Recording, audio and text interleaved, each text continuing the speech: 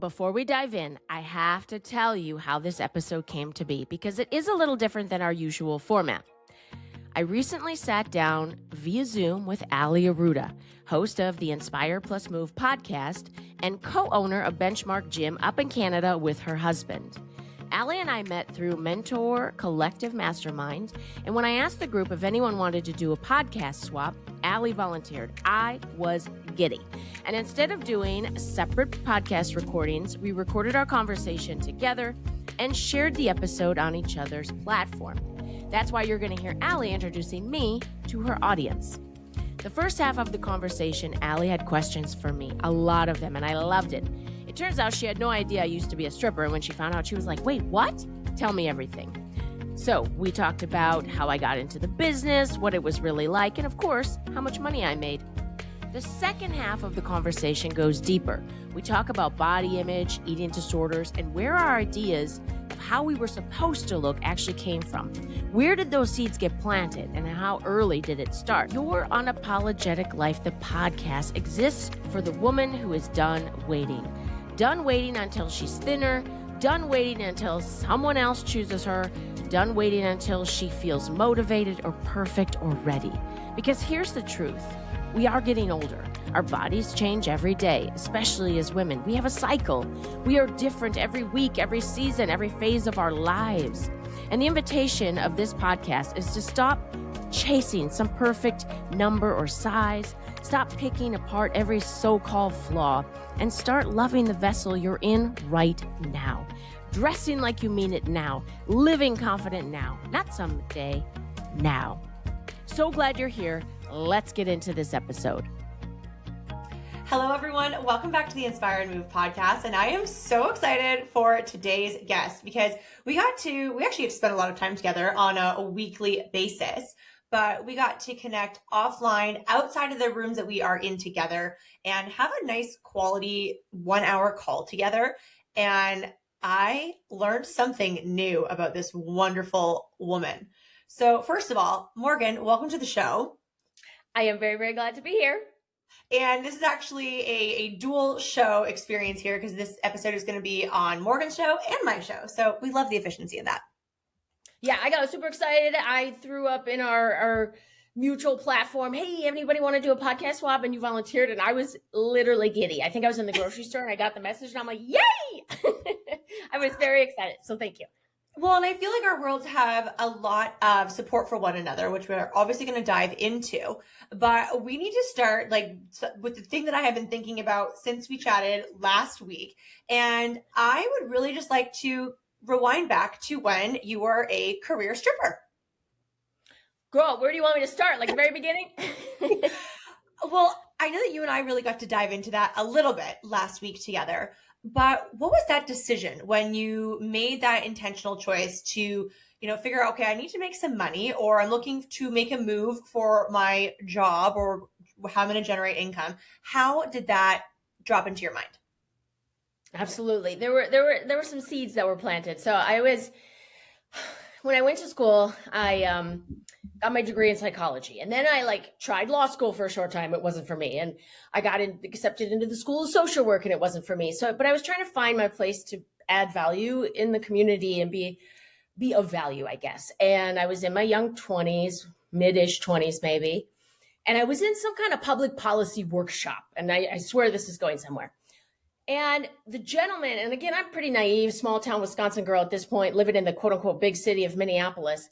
And this gentleman was like, oh, we should go for lunch sometime. Well, now I'm old enough to know that he was probably, flirting with me. And we were talking about something, and out of nowhere, he was like, you're good looking. I bet you can dance. I actually run some girls that I get them features at different clubs. And all you got to do is go in and you dance and you make some money and you leave. And I am, again, teenager of the 90s. I don't know what he's talking about. I'm like, what? It didn't even cross my mind. I didn't know. It wasn't that I didn't know strip clubs existed. It wouldn't have crossed my mind to be in my world. And I also, as the feminist that I am, immediately was like, the fuck you will. If I'm going to dance, I'm doing it myself. And I never even thought about it. But then when he said that, I thought, could I do that? And then I thought, and if I did, I'll be goddamn if a man is going to run me, I would do it myself and make my own money. So that was like the first seed that was planted. The second thing was I was dating a guy that asked me to give him a lap dance. And I was like, but I don't know if I know how to do that. And again, hadn't seen it on TV and prior to the internet. I mean, I didn't know how to give a lap dance. And I'm the kind of person where it's like, I have to admit, I don't necessarily just jump into things. I like to do a little research. I like to learn. I like to take a class or read a book. Like I want to feel like I have some skills before I do something. And so I thought, and then, how am I going to learn how to do this? And out of nowhere, I was driving down Hennepin Avenue in uptown Minneapolis. And there was a billboard and it was exposed brick, a pair of high heel stilettos, and it said Flex Appeal Studios. And I thought, what's that? And so I called the number and I was like, do you have to be a stripper to like take these classes? And she's like, no, it's exotic dance for the everyday woman. Come to find out, I go take my first lap dance class. I'm the only student there. She was like fairly brand new to the area and creating this concept. And it turned into an amazing studio, and it was very busy and popular and all the things. So anyway, I show up for this lap dance class. I'm the only person there. I have this smoking hot teacher. We're in this like studio with the mirrors, floor to ceiling, these poles that were like 20 feet high. It was gorgeous in there. And she taught me how to walk in the shoes and how to dance. And then she's like, okay, well, now you're going to give me a lap dance. And I was like, what? Like, I've never been that close to a girl before. Like, I was like, are you sure? And she's like, yeah. And she just go ahead. And so I danced for her. And apparently I was good enough. She asked me to teach at that studio. So good girl. Yeah, I became a lap dance instructor, exotic dance, and pole dance, which are all, in my mind, very separate things. And then it came time to go to graduate school because it was like, well, what am I going to do with my life? I'm going to need to get a higher degree. I think I know finally what I want to do. And I wanted to get my master's in marriage and family therapy. And I thought, I want to go to school full time. What could I do and make the most amount of money in the least amount of time? And for me, it was dancing. And so I went to the woman who owned the studio, and I knew she had been a dancer, a single mom raising 3 kids, dancing in Vegas and then LA, and moved to Minneapolis where her family was from and opened this beautiful studio. And so I went to her and I was like, so can you help me get a job? And she's like, Morgan, I would never encourage a woman to get into the business. And if you want to, I will help you. And so she hooked me up with this gentleman named Vinny from New York City. So Vinny was running the one of the better strip clubs in Minneapolis. And, I didn't know what to expect. I mean, you don't bring your resume, right? Did you just walk in and wear a hot outfit and be like, hi, I'm here for maybe a job? Like, I just need a couple more details. Yes, exactly. So I was like, okay. And I'm like brokety broke in these days. I'm 26 years old.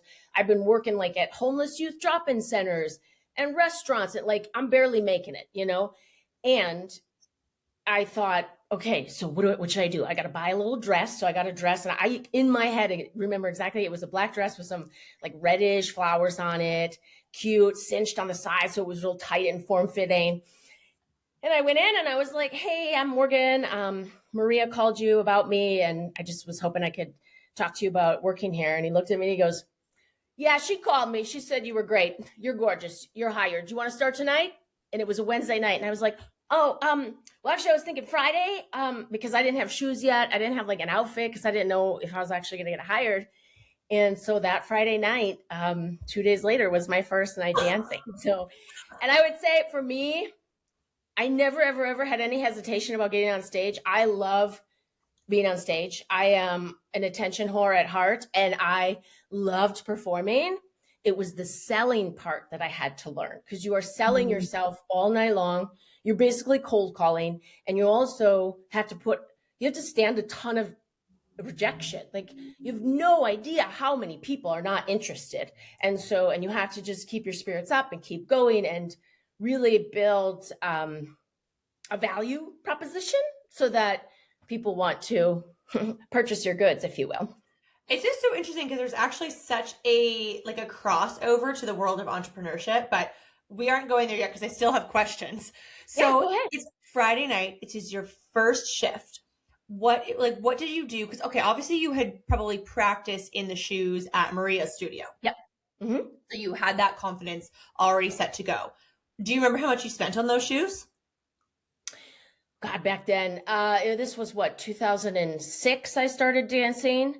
And so I was 26 years old, which by the way is old, quote unquote, for that industry. Most girls get in when they're 18, 19, 20 years old. So I was like already older than a lot of the girls. And I remember, I have a friend who has since passed. He drove a town car and he always drove the night shift. So he drove a lot of dancers home at night.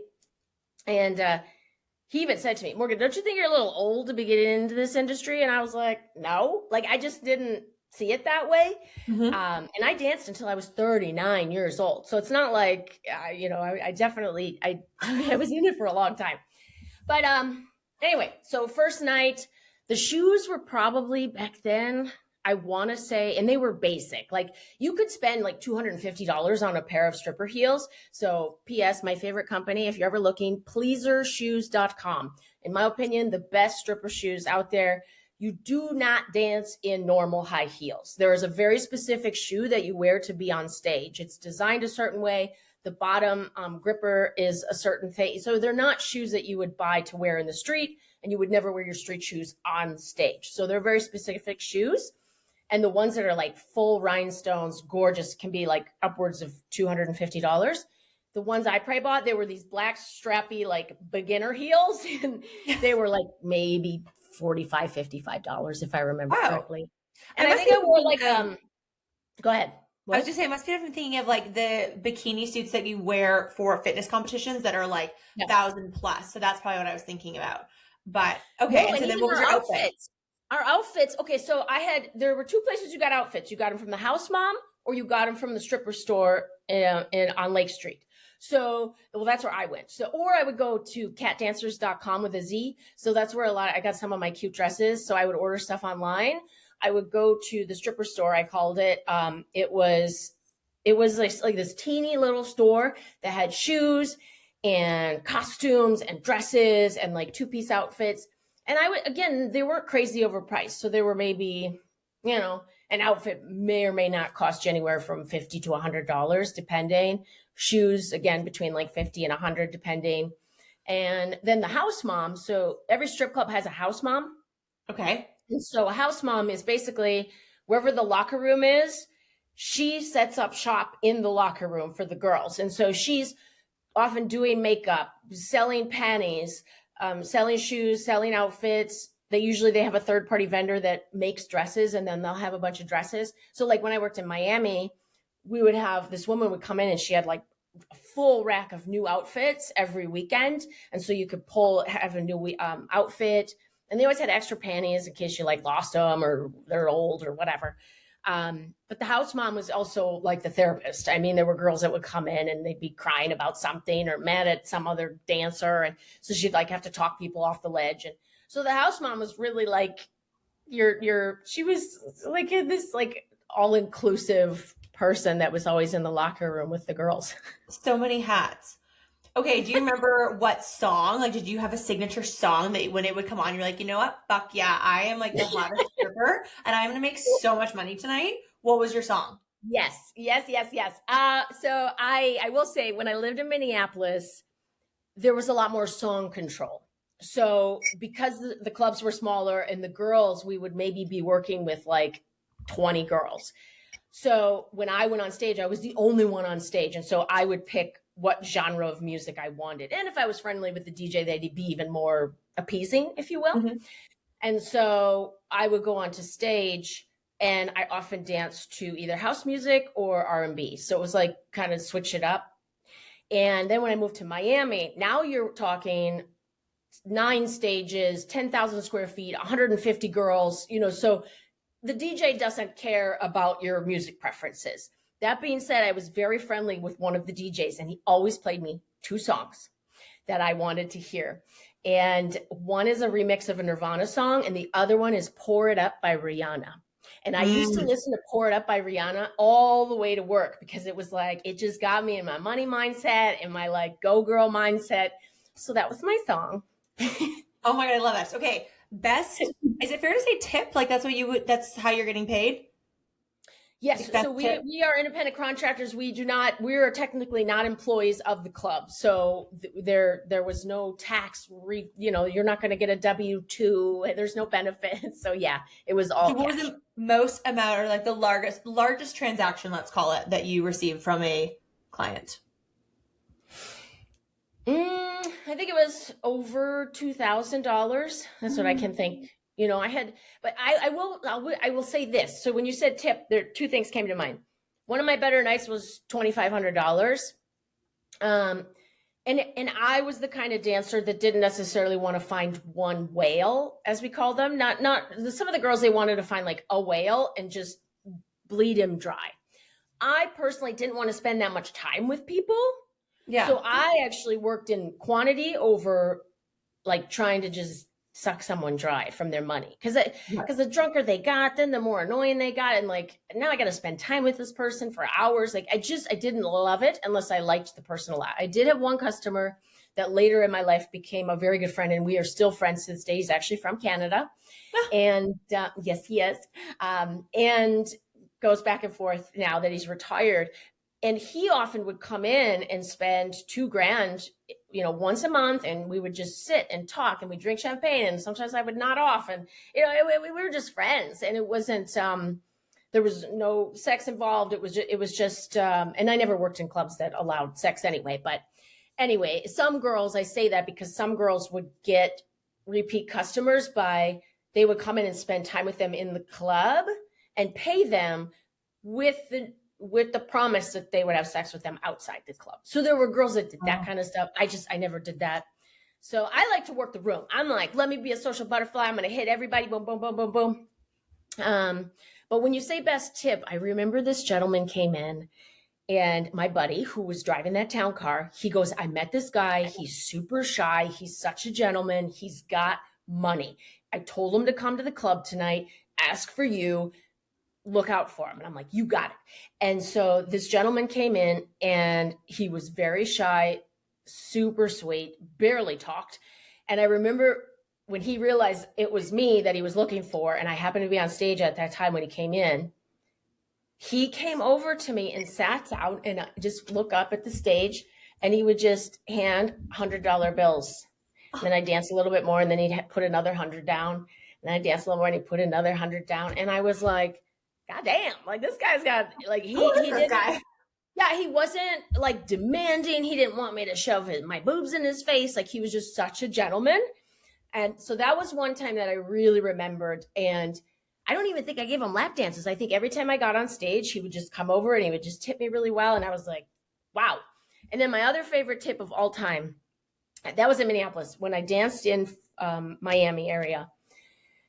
There was a night that there was some kind of sports thing going on, and a bunch of Boston people were down. And I'll tell you what, Boston people want to party. They spend money, they're funny, and they have fun. Like I can't ever say anything bad about Boston gentlemen.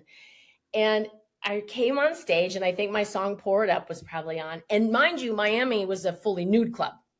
Up in Minneapolis, topless only. So in Miami, it's fully nude. And I played the crowd. You were dancing full birthday suit. Girl, a lot of people have seen my vulva. Yes. Hundreds and hundreds and hundreds of people. Yes. So I love being naked. I already told you. Like, yeah. Listen, I love I'm just like, woo, let's go. So I think it's delightful. I think women are gorgeous, and there's all kinds of different ones, and it's just, it's so fun. But anyway, and at this time I had very large implants. So my boobs were huge, and I had a good time with them. We made a lot of money. We had a lot of fun. And I was interacting on stage with these like 5-ish dudes from Boston, and the place is packed. Like this club is huge, like 2,000 guests at a time kind of. It was huge. Oh my God. And I'm on stage, and I'm giving them a little show, and I'm doing all the things, and they just pour dollars on me. And I mean, to the point where I'm almost like drowning in it. It was $800 in ones after 2 songs. And I was like, thank you, Boston gentlemen. So, and you have nothing to even stuff these in. You don't even have a G-string elastic to help you carry these bills. So great question, Allie. So when you get off stage, so there's a lot of bouncers, right? And there's guys always walking around. They have champagne buckets. So when you get off stage, so basically what happens is the transition's pretty seamless. So there's two girls on stage, on the main stage. Second song, they switch poles because there were two poles at this club. And you kind of gathered your money and moved to the other side of the stage when the other girl, you kind of switched. Well, then the next two girls come up. So you got to gather all your money. And while they're starting their sets, the two girls that are getting off, the bouncers bring over a champagne bucket and you put all your money in there. And then you go in the back and you put it all neatly. And then they run it through the cash machine and give you big bills. So, okay. Yeah. Oh my gosh. I could have 100 more. Like you're talking about 800 ones. So you I can have ask me 800 questions. You want best night, worst night. So my worst night ever was $27. I worked an 8-hour shift. I was living in Minneapolis. It was so slow. And I remember the girls. So when I danced in Minneapolis, my name was Phoenix. And so I have a Phoenix tattooed on my back, which came before the stripper name. So, but anyway, when they told me what was my stage name, I was like, Phoenix. So I went with Phoenix. Anyway, so I was dancing in Minneapolis. It was such a slow night. And I remember I went up to the locker room where the girls were at, and they were all kind of, on their phone and bored or eating something or whatever. And they're like, how is it down there?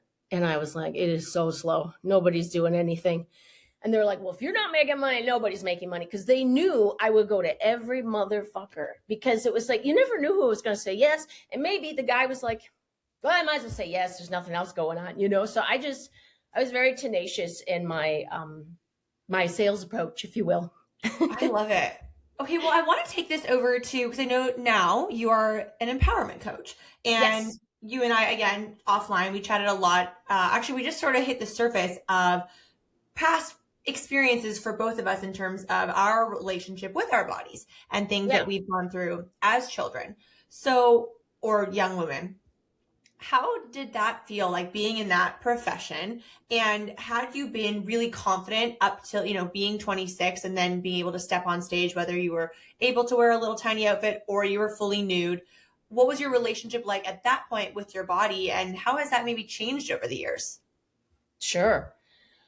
A light switch. It was a light switch. And I definitely want to hear from you, like when you started being conscious of your body and feeling like there were certain expectations. I know for me growing up, I'm a teenager of the 90s. We didn't have internet and we had 17 magazine. One of my favorite movies was Meet Joe Black, and the main female character was very, very thin. And for me, so I was just like, I want to look like that. I want to be super skinny. My mom, genetically, she's super tall, long legs. Like I'm over here with the 25-inch inseam and she's got 38 inches. She was always just perfect to me. And I was like, why am I not tall and skinny? Because I was like short. And then I started getting buns and boobs. And I'm like, I want to be like my mom, So I was already starting to compare myself to what I saw in magazines, movies, even my mom. Not that it was any fault of hers. I mean, she was just genetically tall and lean. And I was not. I got the curvy paternal side of my family. And so I was very critical of my body as I developed, because I was like, why are my boobs getting bigger? And why am I so curvy? And why am I only 5'3"? And, I hated my body. And, again, no social media back then. And just the influence of magazines and the messaging you get that you can't be skinny enough. And then I had a hideous eating disorder I started at just into 19 that lasted until I started dancing, because I just thought skinny, skinny, skinny. And I was telling somebody recently, what's crazy pants is when I was my skinniest, like right now I'm probably $130 and I feel very confident. It's not perfect. And I'm good with it. Like I still feel I'm holding on to muscle mass despite being in my mid 40s, and I'm doing what I'm doing. That being said, my lowest was 95 pounds. Oh, like you could blow over on a windy day. I was skinny, and I saw pictures of myself from the senior prom, and I thought, oh dear, I am pretty skinny. And at the time, women, young girls, were asking me, oh my God, Morgan, you look so good. What are you doing? Boys were asking my brother if I was terminally ill. Isn't that crazy? So it was like, I was trying to be skinny for what? Why? I was wasting away and I didn't even know why. And then my parents were like, well, you can't go to college unless you get this together, because we're not going to send you off to another state and you're starving yourself to death. And I was like, no, I promise I'll eat. Well, then it swung into binge eating because I just didn't, I was so messed up with what was good and bad and what I could eat and what I shouldn't eat. And it was bananas mindset, horrible habits, didn't even know how to eat healthy. And so then I just went off the other end and I picked up a bunch of weight, and I was 145 pounds at my heaviest, which again isn't huge, but it was all chunky monkey Ben and Jerry's ice cream. This was not muscle mass. And they'll get you. And every single day, sometimes twice a day. But I was also depressed. It was a whole thing. So I will say all that to say, I kind of balanced out a little bit once I was in my 20s and I was on my own. I was starting to try to learn how to eat healthy and whatever. Still not great. When I started dancing, in my mind, I thought I had to look like a Playboy model. So I was like, yikes. Okay, so if I'm going to do this, I got to get in shape. I got to really get ready for this. If I'm really going to do this job, and I'll say now I'm probably in better physical shape than I was then. I don't have probably the same endurance or strength, but I am just at a balance because I just know what's healthy and feels good and movement that makes me feel good. Whereas back then I was so strict and weird about workouts and on and off and whatever. When I started dancing, and I'm not even kidding, it was almost instantaneous. One of my first nights, there was a girl working with me. She went by the stage name Violet. She was very small breasted, so curvy in the hips, this like wavy brown hair. And I remember her walking away from me to go to a VIP room with a customer. And I thought, so this has nothing to do with body size, body shape, or being skinny. Confidence is how you carry yourself, your attitude about yourself, and knowing that you are beautiful and sexy and desirable. It has nothing, it's what you decided is, not what someone else is telling me it is. And I was like, mind blown. It was like a light switch. And most people be like, were you more body conscious? You're on there naked, you're wearing these teeny tiny outfits. It was like night and day. Just, it broke the paradigm that I had been living with for years and years. It was bananas. Wow, because that was a big question I had for you coming into this conversation was there a moment where you had that light bulb go off to change your perspective when it comes to our relationship with our body or body image as a whole? And was that perhaps a moment where a seed could have been planted for what you are now doing and how you are supporting women as an empowerment coach? Absolutely. Because I know how exhausting it was for me to constantly say mean things to myself, think mean things, criticize myself, question myself, even punish myself. Like I ate too much yesterday, so I'm going to eat nothing today and I'm going to work out this many hours. And it was exhausting. And I also wasn't present in my own life. I was so in my head counting calories, keeping track of everything on a yellow note legal pad. Yeah. And it was exhausting to be in my own body and in my own head. And when I was set free, I was like, I want every woman to feel this and know this and to realize that, yes, you want to feel attractive, but whatever this perfection thing you're chasing, according to who? Like, who says that that's the ideal? Because some guys like short hair, some they like long hair. I mean, I had women tell me when I was teaching dance, I used to do a lot of bachelorette parties on the weekend and stuff. And it'd be an hour-long class. I'd teach them like 2 spins and they were thrilled. And then they'd go on their way and party the rest of the evening in Minneapolis. And multiple times I'd have women be like, well, do you wear a wig? And I'm like, wait, why? And they're like, well, because your hair's short. I was like, there are men that like short hair. Yeah. And I used to have pixie short hair sometimes. And they'd be like, sometimes guys would come in the club and be like, where's the girl that looks like Pink? So, but again, it goes back to what women think men want. And they're running their decisions off of that. If you want to cut your hair, girl, cut your hair. Like, and so I think that a lot of times women were raised to need to feel desirable to men and attractive to men instead of to ourselves. And then the right man will be attracted to you. That it's not that you're trying to fulfill some general thing that everybody says you're supposed to be. You go do you, feel confident being you. And then the right man will be attracted to you for that. Like, so it's a it's the big paradigm shift that I wish I could just grab any woman that's struggling by the shoulders and give her a big hug and then say, let's get to work. So Yeah. Okay. Perfect. That's my next question is what does it look like for someone to work with you? Like, do you have like an ideal avatar of someone that would recognize that, okay, you know what, I'm ready to seek support. And then how do you start getting to work? What is that first step? Sure. Let's do it with you. So let's say someone says, oh my God, I see a picture of myself and I'm like, well, my arms look fat, or, oh my God, I should have put my chin out more because I can see it. It looks like I have a double chin. Like there's just all this criticism, talk, chatter. And no one else has seen it, but you, of course, see all the bad things. Oh, I see everything. I see everything. You're like, filter.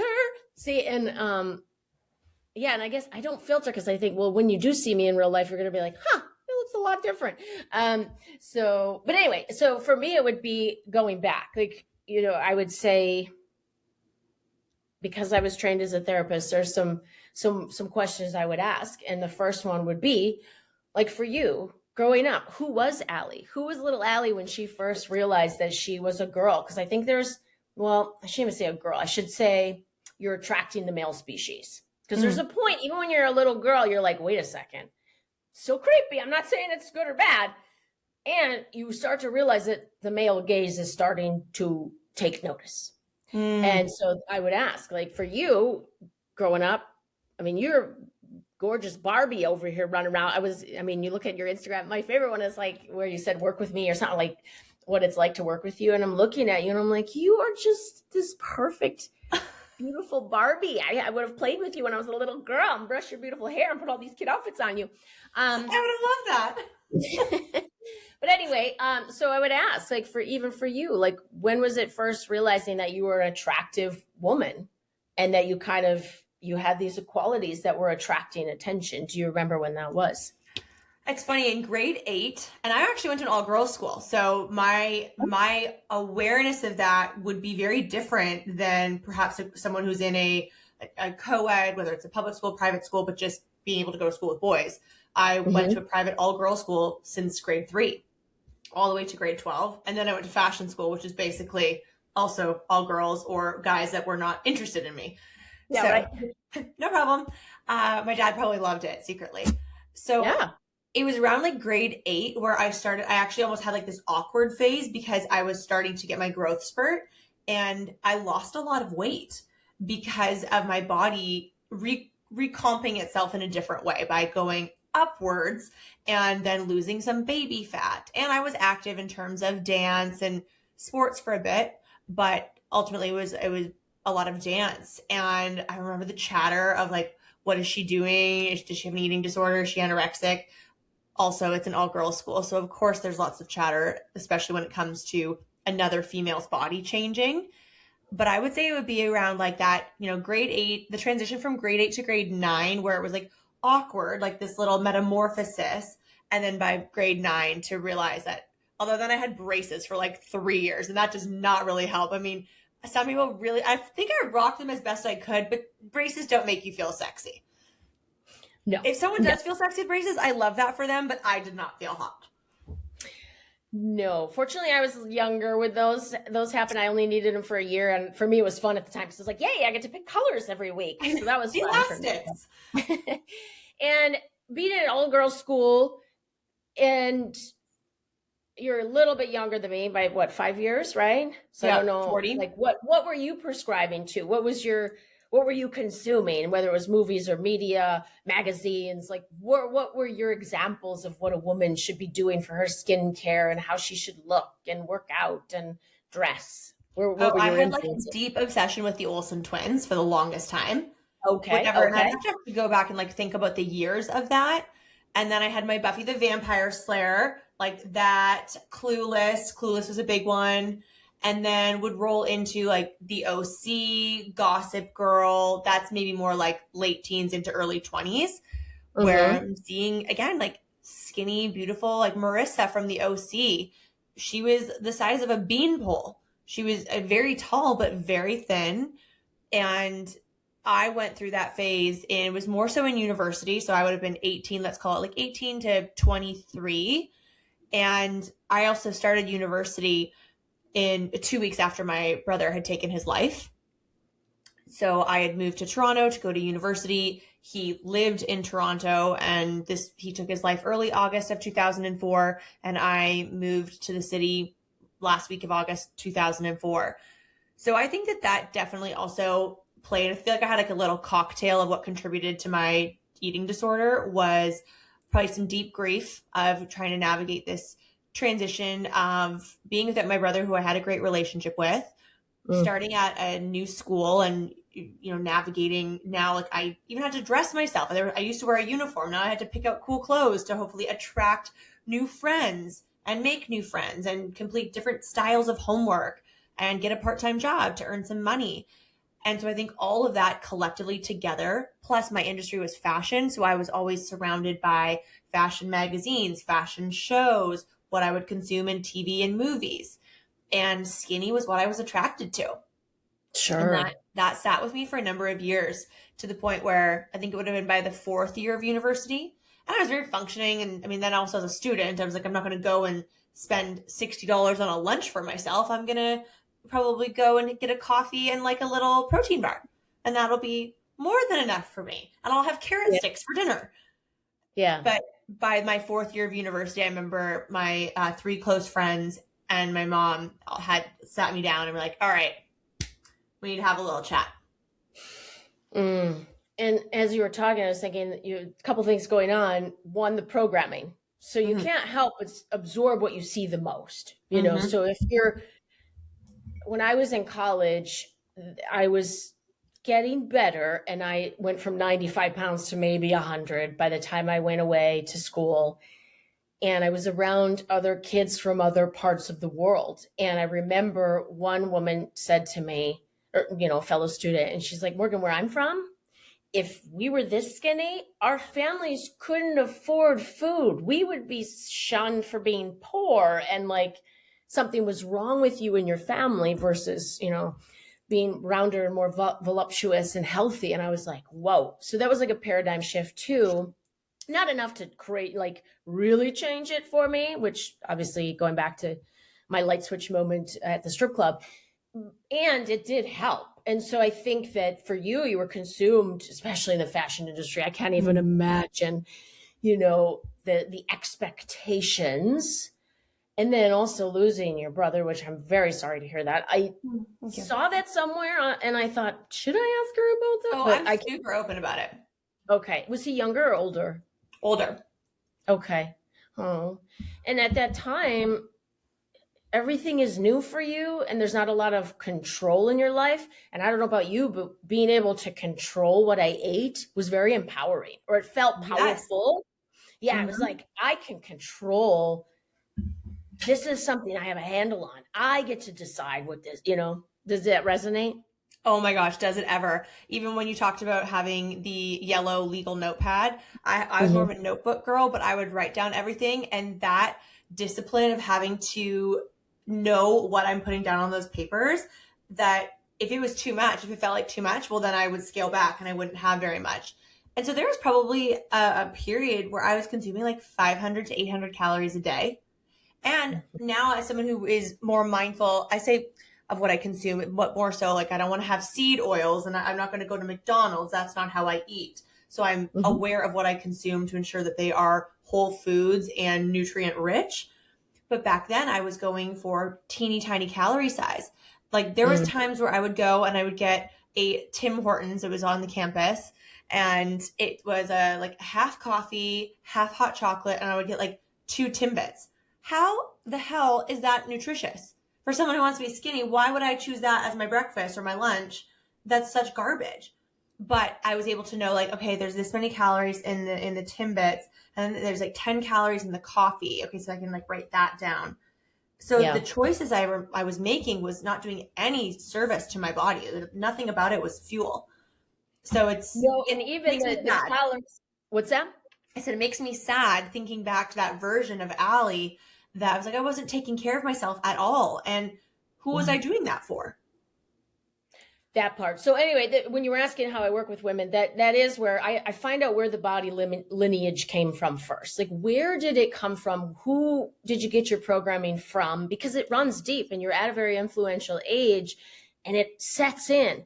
And it sets in just like a childhood trauma. Like some people, for instance, when it comes to love, they're anxiously attached or reactively attached because of something happened that they had zero control of then. But then in the present, we need to figure out what that was and then rewrite that story in the present. And for the body stuff, it's the same. You know, you absorbed these things and you took them on as truth.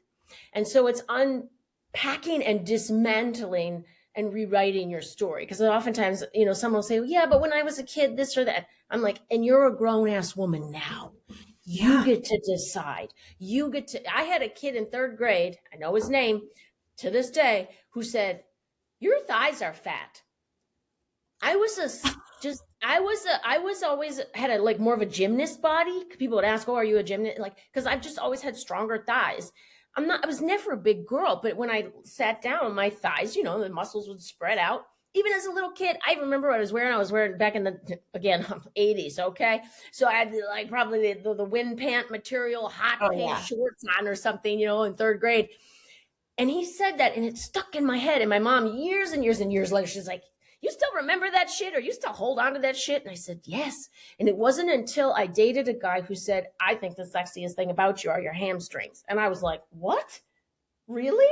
And he's like, yeah, I like your thick thighs. You are strong. You know, crack a watermelon, you know. And I was like, whoa, you know. So again, working with women, it's first you have to figure out, where did all this come from? Why are we carrying this around? Because we are, and it came from somewhere. So you have to figure that out and then dismantle it and help rewrite those stories. And how do you want to feel? And who says that those are the rules? Why? You know, have you ever gotten naked with a gentleman, if you're into guys or whoever you're into, and they said, I'm sorry, I can't do this. You have crow's feet. I'm sorry, I can't do this. You have a little cellulite on your side, you know, and so I never have, you know, so it's what we are telling ourselves is truth, dismantling the fact that it's not truth, and then rewriting those stories and rewriting what's beautiful and desirable and sexy. And I did all that for myself, and it took so many years. And I went to eating disorder clinics, a nutritionist, therapist. I read books on intuitive eating, and I was just like, somebody just tell me what to do. I just need someone to tell me what the formula is. And then that's why I created the formula, because it's like, I can bend time and space. Like, let's condense this and figure it out as quick as possible, because I feel like on your deathbed, you're not going to be like, boy, I'm glad I spent a really long time criticizing myself. You know, I mean, it's just so true. A waste of our time. And I don't want women to feel that way, because it's so fun to walk around and not have negative thoughts. It feels really freeing. And I mean, there's moments where, you know, last month I was PMSing and I was having a day and I'm like, I'm such a loser. Well, I was tired. I needed to relax, listen to my body, get some sleep, and try again the next day. It wasn't that I was a loser, but so I was able to reframe really quickly instead of spiral.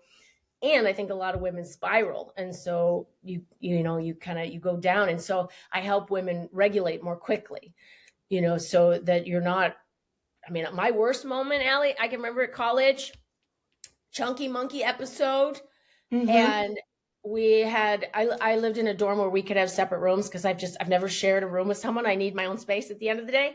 Yep. And but we had these cold concrete floors. I was on the first floor in Minnesota, and my mom had sent one of those round rugs with me. So at least I have a rug.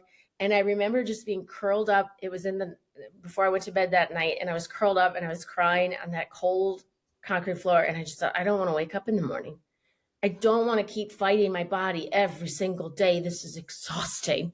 And that's what I don't want for other women. I just never want you to be in that place again, whatever it looks like for you. Did you have one of those moments where you're like, this has got to stop? And also my question was, I didn't find out until later. I was years. Oh, I have two questions. Don't let me forget. One, the moment you realized you wanted to start starving yourself, because I remember mine, it was about a boy. And then the second, was it passed down? And I asked because my paternal grandmother, the messaging also came from my own family, not intentionally, obviously. My paternal grandmother would constantly talk about her weight, and she was going to give up sweets for Lent, and it was all these things. And then one time we were in the car, and we dropped off this woman that lived in kind of the neighborhood. My grandparents had a resort on a lake, and we dropped her off, and she was walking toward her house, and my grandma says to me, she goes, "Morgan, I'm not as fat as her, am I?" And I'm just a little kid, and I was like, "No," but I wasn't even conscious of it, like, until then. Like, we're comparing ourselves to other people, and years into my eating disorder, I think when my parents didn't know what to do, my mom sat me down and she said, "Morgan, I was bulimic for years when you and your brother were little. And there was a point where it was so bad that after a throw up session, I passed out on the basement floor. And when I came to, I thought, oh my God, if I were to lose my life because I'm trying to be skinny and my kids don't have a mom, this has to stop." So I'm wondering for you, when your moment started and the button that stopped it for you. I think it started probably even in grade 11, grade 12. Me and one of my close girlfriends at the time, we loved, I was also deep into the Spice Girls success and loved seeing these beautiful women that were skinny, whether it was, the Victoria's Secret models that would grace the stage every year for the fashion show and following the workouts that they would do, like Adriana Lima, Giselle Bundchen, Marissa Miller. Marissa Miller actually was probably a bit more curvy and she had bigger boobs. And I would love looking at the Victoria's Secret bathing suit catalog, specifically me and my bestie, we were roommates for a couple of years in school at Ryerson. And we would be on the ellipticals in the university gym, flipping the pages, and back and forth. I'm 45. I hate the elliptical. I own a gym and I hate the elliptical. I think it's so boring. But no, we were dedicated 45 minutes. Yep. We passed this magazine back and forth, and we're just so committed to wanting to look skinny and hot. So I think it was very much about who I was consuming and comparing myself to that. Again, because it wasn't really so much about having, a boy in my life that I would see every day at school. Yes, there were boys that we would sort of see at the school dances and things like that, but not so much that was a trigger of any sort for me on a day-to-day basis when I was still in grade school. But it was very much of what I was consuming. And after that little chat from my mom and my girlfriends in fourth year, again, I would have been early 20s, working, getting ready to then go into my first career path. I think that was the aha moment for me that I needed, of just sort of maybe having someone really notice in a different way that helped me recognize that this is not healthy. And I want more than this. And I think I'm actually going to be able to work on my own mindset and my vision of I want to be strong versus skinny. Oh, I love that when we had that kind of, it was a moment, because we're back to skeletal, which I think is very sad for us women. And yes, I loved when we went through the strong, not skinny phase. It was short-lived. Let's bring it back. Bring it back. But being able to, and even now what I talk about with a lot of our clients at our gym, Benchmark, of working in what we do in the gym for also longevity, whether it, you want to pick up your kids, grandkids, do you want to travel until you're late 80s and being able to put your bag overhead. That I think of my mom, my mom's in her mid 70s and she looks great for her age and she's active. She's doing pull-ups. She does have a band, but I love to see it.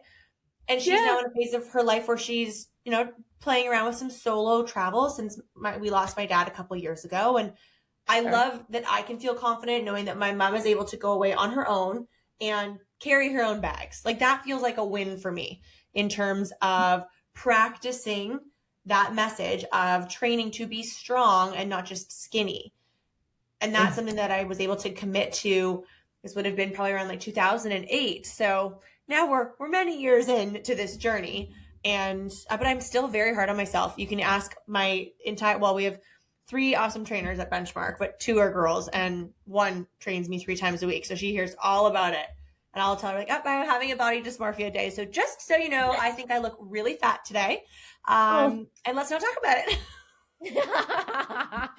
I will say, yeah, usually like a week before I get my period, you're eating way more carbs than normal. And you're like, seems a little thicker in the middle this week. Where do these additional 10 pounds just like float down from the heavens for? And again, like you said, though, going back to when you were on the elliptical with your friend, the body image stuff didn't come from guys telling us we needed to look like that. It's other women saying we need to look like that. And we do have those days. My guess is, though, now you can regulate more quickly. It doesn't spiral you all day that now you're a loser or you're ugly and you're fat and ugly and you're unattractive. My guess is, yes, you have that moment, but you don't stay there. Correct me if I'm wrong. No, I don't. Like it is crazy. Like for someone, and I've had this conversation with a couple girlfriends that have also experienced, trauma, let's just call it with a blanket of whether it's, and some form of disordered eating, that once you've experienced something like that, let alone maybe being in the competition world, whether it's gymnastics, dance, fitness competitions, where we are being photographed or judged, which isn't that crazy that you like do these competitions and you're being judged, which is what we say we don't want to do. Allie, I had a trainer. She would borderline begged me to do a fitness competition. I was 35-ish. She got me down to like 15% body fat, maybe 20. And I was like, no, I'm not doing it. And she's like, come on, Morgan, like your muscle structure and this, that. And I said, I'm not doing it. The amount of years it took me to stop judging myself, and I'm going to go on a stage and let a bunch of strangers tell me what's wrong with me? No, I'm not doing it. Plus all the drastic techniques she was telling me about how they'll like drink a bunch of water and then they won't drink any water of the show because then it like sucks. And I was like, no, I'm not doing all these crazy things. I struggled too long to get here. So anyway, did you do competitions then? No, I had always wanted to. And then I realized, I was like, I think this is probably not a good idea for me because of my past. Yeah, this feels like this was not a good choice. Same thing, like I don't own a scale at home. We have them at the gym, and I will do like our kind of more like smart scale that we offer to some of our clients 1 to 2 times a year. But I'd rather do something that's even more in depth in terms of my muscle mass or my metabolic age. Like I do really like the data behind it, but I will even outsource that to other clinics. Like my girlfriend owns a naturopathic clinic that has an in-body scan. I was like, okay, I want to know like how strong am I? Yes. Or how strong, like apparently I have extremely strong legs. So love that. No, plus I'm an achiever, so I like knowing the result. Yeah. You can crack open that watermelon too. So tell me about, I mean, obviously you have days, but you bounce back quicker because you've learned that don't stay in this place, and you're part of gym culture. And I used to work for a major fitness brand, and there were 2 examples, both which when I lived in California and ran a studio out there, one woman came in, she was gorgeous. I'm telling you, her face, Latina girl, beautiful, like her face was gorgeous. It was like unbelievable how pretty she was. And she was curvy and short and just juicy. And after we got to know each other, she was like, Morgan, how do I be skinny? And I said, why do you want to be skinny? Tell me more about this. And she's like, well, I just want to be skinny. And I'm like, and then I was like, I can't promise you that. Like, it's not for everybody. And I don't even know why you want to. And then one time I was on mic on the class, and we were on a treadmill session, and she looked miserable. I said, you don't have to run. You could power walk. I power walk. You don't have to run if you don't want to. And she's like, ugh. And she just keeps running. And I went off mic and I said, neither one of us are going to be Victoria's Secret models. And that's okay. We are perfect the way we are. We are trying to be healthy. And anyway, years later, from that same studio, one of the folks from the gym messaged me on Instagram, and she's like, Morgan, I just want you to know, I was thinking back on the fitness journey when I was with that studio, and you were the only coach that never once talked about weight or like getting down to a certain size, or, you never ever talked about that. And I said, because I would, and so it's just wondering for you, you're in front of these people, you're on mic, you're there to talk from your self-experience to help someone else if they're going through it, because not everyone is healed. Not everyone has gone through the process where they can bounce back from those negative thoughts quickly. So what do you do, or what have you noticed in your gym, how it your experience plays out and how you help others. I think some women still are very much locked into wanting to be a certain weight, like having that certain number. Mm-hmm. And I have had close friends of mine that I used to, when I was still training one-on-one clients, I just retired from that in late fall. And I would have this conversation with my girlfriend. I'd be like, I'd ask why, like, why do you want to be 120 pounds? Because I wanted to be 120 pounds. Like, I get it. That was my number for, like 16 years ago that I wanted to be. Whereas now I would rather look a certain way and weigh 160 pounds, but have like really strong shoulders and defined biceps. I love a bicep vein. I love defined quads. I love a good, like, perky, juicy booty. Like, I would love some abs. So if I could have all of those things, but my number was 160, I'll take it, because that means I have put in the work to have really lean muscle and a lot of muscle to be 160 pounds.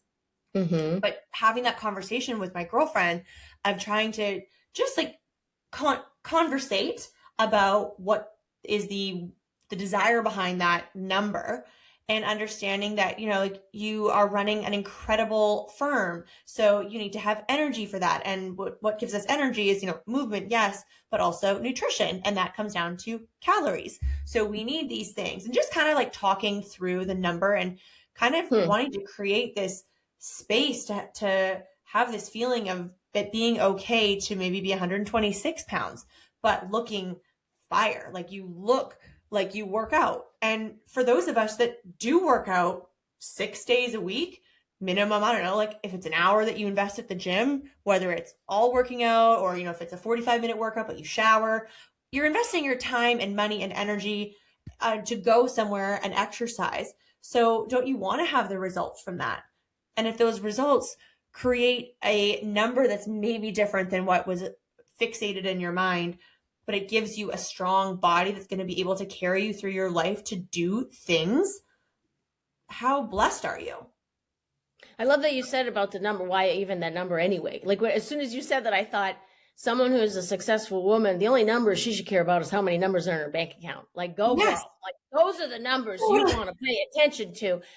And the scale, it is just zero linkage to the value. And that was the other thing, like with my coaching, for me, it's once we dismantle and rewrite some of those programming stories, then it's, who do you want to be now? Mm-hmm. What, because I think about, I love to take care of myself.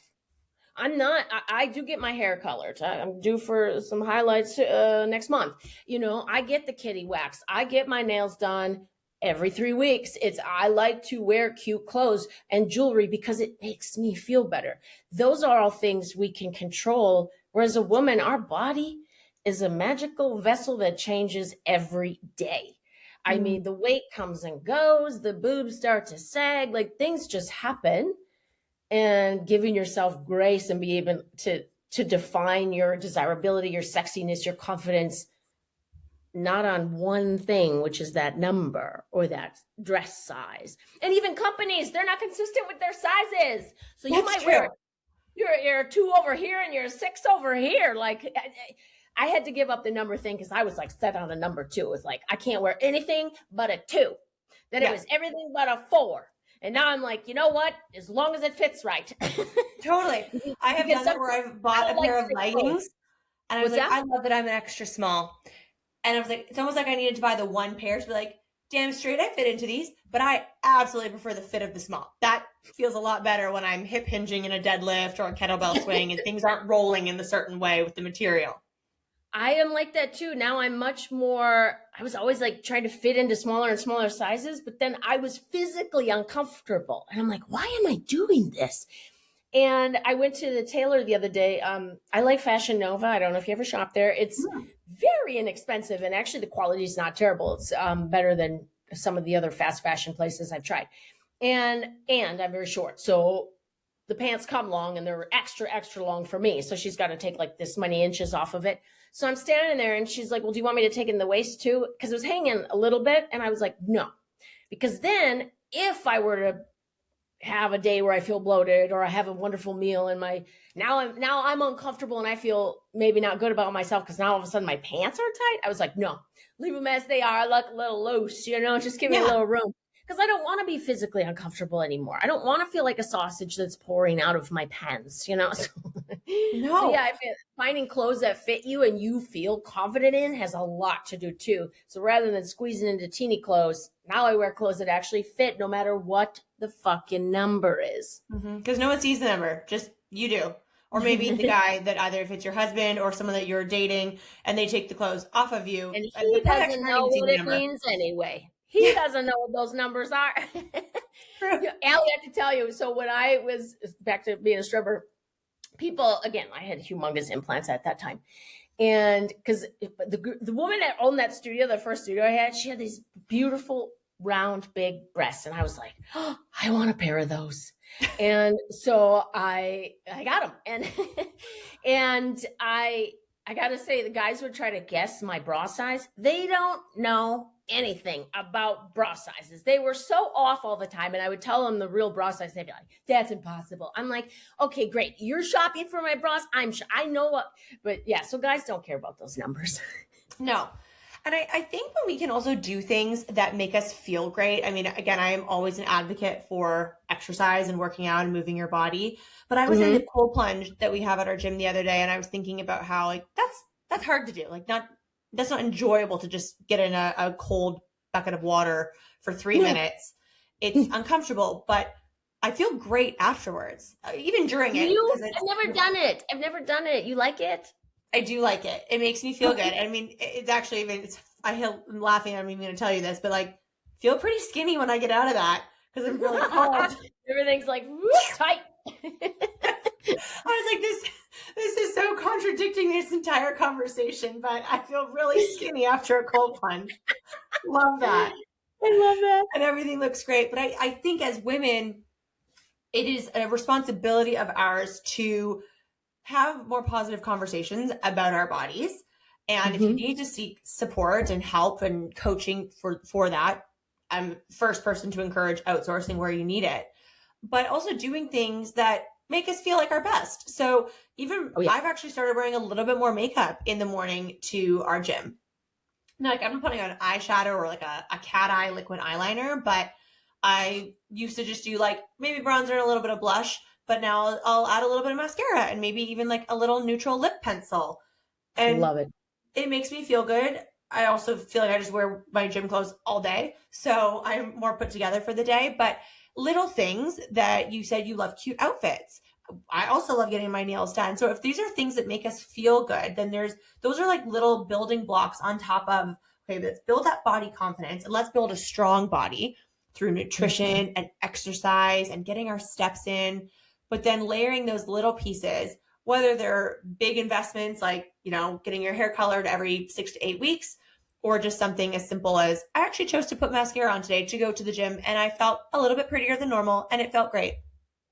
I agree with you. Pink lipstick or red lipstick too. There's days where I'm like, I need to boost my attitude before I go to the gym and put on some pink or red lipstick. And it like, oh, well, now I feel a little sassier, a little brighter, a little more, girly. Yeah, there's little things you can do to boost your mood and to give yourself grace. I mean, there are days where you just don't feel great and you don't feel great about yourself. And I mean, thank goodness for Glossy, right? I mean, let's stay regular, people. And, because there's days where you're like not feeling your best. And it's usually just the ebbs and flows of being a woman and being in a woman's body. And instead of getting down on yourself about it, giving yourself grace and taking care of yourself the best you can. When my mom was a DJ on a public radio station many years ago in Wisconsin, where I'm from, and when I still lived at home, I would go and put on the big headphones, and she'd have her headphones on, and a really good song would come on, and she'd pump it up, and we'd be like, yeah. But she used to play this one song often enough that I don't remember the artist or all the lyrics, but there was one part of the chorus that said, basically, your body is the car driving your soul around. And that always stuck with me because it's like, because even when I dance, some people are like, how can you do this? Like, you're a feminist and I was like, these people, this is just a job. Like they're enjoying this part of me. They don't, but I got a beautiful soul inside that they may or may not get to know. This is just a vessel. I'm taking care of my vessel. I'm having fun with my vessel. But there's a whole other huge, very complex and dynamic soul that's inside this vessel. And that's so much more important than just on the outside. Yes, take care of your vessel, and you got a lot of beautiful soul and so many beautiful parts inside that's just one part of it. I love that. Okay, speaking of vessel, before we tie a bow on our amazing conversation, tell me about your morning routine. I always love asking fellow entrepreneurs their morning routine, and especially since we've talked a lot about movement and self-care and self-love. What does your morning routine look like? I am a very routine gal, very structured, type A. I get up anywhere between 4:15 and 5:15, depending on when my workday is going to start. So I am a weekend entrepreneur, if you will. I have a full-time corporate job and then building my coaching business. And so between 4:15 and 5:15, I'm up. And I always make my bed. So the first thing I usually do is get the crusties out of my eyes. I put a little eye cream on, or I'll put the little patches under my eyes. I go get the coffee going. I go make my bed, and I'm right here journaling. And I journal. And when I was younger, it was who, what, where, when, why. Or not even the why. It was just who, what, where. You know, like, oh, and then I went here and I saw this guy, and then I had this conversation or whatever. And so then I stopped journaling for years. And then I picked it back up a couple years ago. And it's been delightful because it's now more about why. Like I always think, what's on my heart today? Wow, I'm feeling really anxious today because of this, that, and the other thing. Or I'm like building my dream life, So journaling has been a very big part of my morning routine. And then hit the shower, and then I go work out. Believe it or not, I don't work out hardcore like I used to. I have pretty decent arthritis and 2 knee surgeries later and all the things. So now I'm a power walker, I'm a yoga doer, and a few times a week in the weight room so I don't get super sweaty. So anyway, that's the routine. It's journal, shower, work out, and then get the work day going. What about you? I'm up around probably 6 is our typical wake up time. And then depending on the day of the week, it's either a slower morning at home with Matt and our dogs and coffee, and we'll do our gratitude practice, reading. I like to read a more personal development business book in the morning. Yeah. Some what's the gratitude also practice? Do you guys talk together? Do you do it separately? We do Chris and Lori's Power 9. So 3 things you're grateful for, 3 things you're excited about, and 3 things that you're manifesting. Love that. Okay. We don't get to take credit for it. We have totally adopted it, and we actually write it down because we like to reflect on that to see like, oh, what were we manifesting last month or last summer? So we'll journal on it as well. But then there's some mornings like today, I taught my semi-private group at Benchmark. So it was a coffee to go. So it depends on the morning. And then I always have my first liter of water has my Glow C in it. And I'm also now adding some chlorophyll. Okay. That is really important to me. And so I'm like a 1 to 3 Glow C girl a day. And then I get my workout in. So I typically train 3 times a week with my trainer at 8:30 a.m. But if I am working with a client or teaching this semi-private group, it'll be more like a 9 a.m. workout. And then Matt and I typically get a post-workout coffee because I love that positive reward. Yes. And then get to work. That we'll be at the gym for a few hours every morning, interacting with our community. Sometimes we have, new member signups, tours, things like that. But otherwise, kind of like 10:30 onwards, we're at home in our office and working on multiple pieces of our business, whether it's Benchmark, we are coaches in the Mentor Collective Mastermind, and a lot of things that we do on our own. So our days are different after that. And quite robust. And robust. There's a lot packed into our days. Yeah. And the dogs, I love that. I like seeing that. My dog lives with my parents. So, but any dog content, I'm here for it. Yeah. I love sharing dog content. All right, Morgan, this has been just such a delight. I love your energy and your zest for life. It's so contagious. So thank you for this amazing conversation today. Where can everyone find you? MorganBarkus.com. I mean, my name, it's not, you can just Google and you find me on Spotify, my YouTube channel. It's just very easy to find me, but I would start at MorganBarkus.com. I love that. Perfect. Well, everyone, thank you so much for listening to this amazing conversation. And as Morgan said, make sure you go check her out, give her a follow, tune into her podcast. And Morgan, thank you so much for being here and for this incredible conversation. And I am so grateful. Bye, everyone. Thank you so much for tuning in. If today's episode hit you in your heart, please take a second and leave a review on Spotify or Apple Podcasts. It helps more women like you find this show, and that is exactly the point. If you're ready to stop feeling self-conscious and start feeling like yourself again, grab my free guide, Self-Conscious to Sexy in 10 Minutes. It's a 4-step reset to get yourself out of your head and back into your body feeling confident and sexy. The link is in the show notes. Go to morganbarkus.com. You can explore everything else I have to offer, including my coaching program, my mission, and how you can work with me.